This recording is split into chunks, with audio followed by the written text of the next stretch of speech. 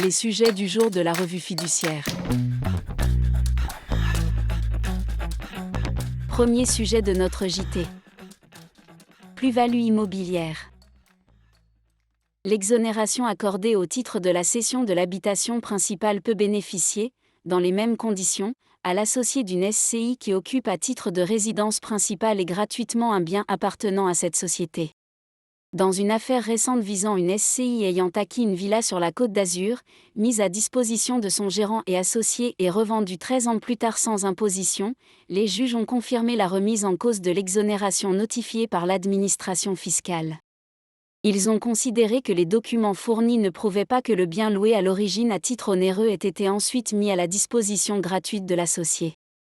Ils se sont aussi fondés sur la brièveté du temps d'occupation à titre gratuit par rapport au temps d'occupation à titre onéreux et sur le fait que le bien était déjà en vente lorsque l'occupation à titre gratuit a commencé.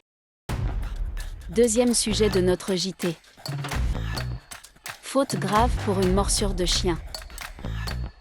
En principe, lorsqu'un salarié commet certains faits, en dehors de l'entreprise et dans le cadre de sa vie privée, cela ne constitue pas une faute et cela ne peut donc pas justifier un licenciement.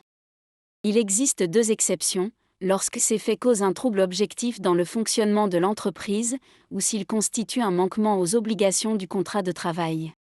Dans cette affaire, un maître-chien était chargé de la surveillance d'un site. Après la fin de sa vacation, il avait décidé de rester sur place en contradiction avec le règlement intérieur. C'est dans ce contexte que son chien, qu'il n'avait ni attaché, ni muselé, a attaqué et mordu un agent de maintenance. Cet accident a conduit au licenciement pour faute grave de l'agent de sécurité. Ce dernier ne pouvait pas soutenir, pour contester son licenciement, qu'il y avait atteinte à sa vie personnelle au motif que l'accident étant survenu après la fin de sa vacation, alors même qu'il avait violé le règlement intérieur en restant sur son lieu de travail après son service, et qu'il n'avait ni attaché ni muselé son chien de fonction.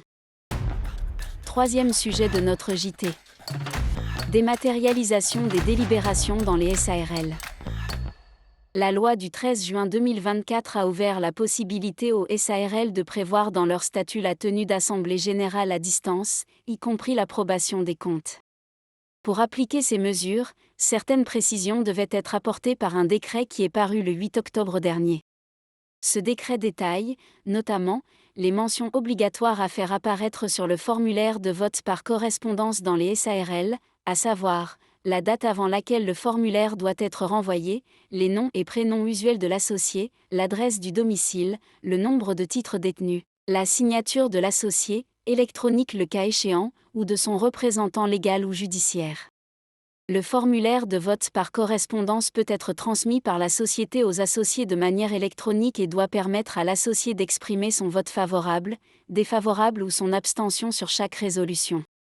Les résolutions doivent être inscrites dans l'ordre de présentation à l'Assemblée. L'associé peut également renvoyer son formulaire de vote par correspondance par voie électronique à la société. La possibilité de recours au vote par correspondance dans les SARL s'applique depuis le 11 octobre 2024.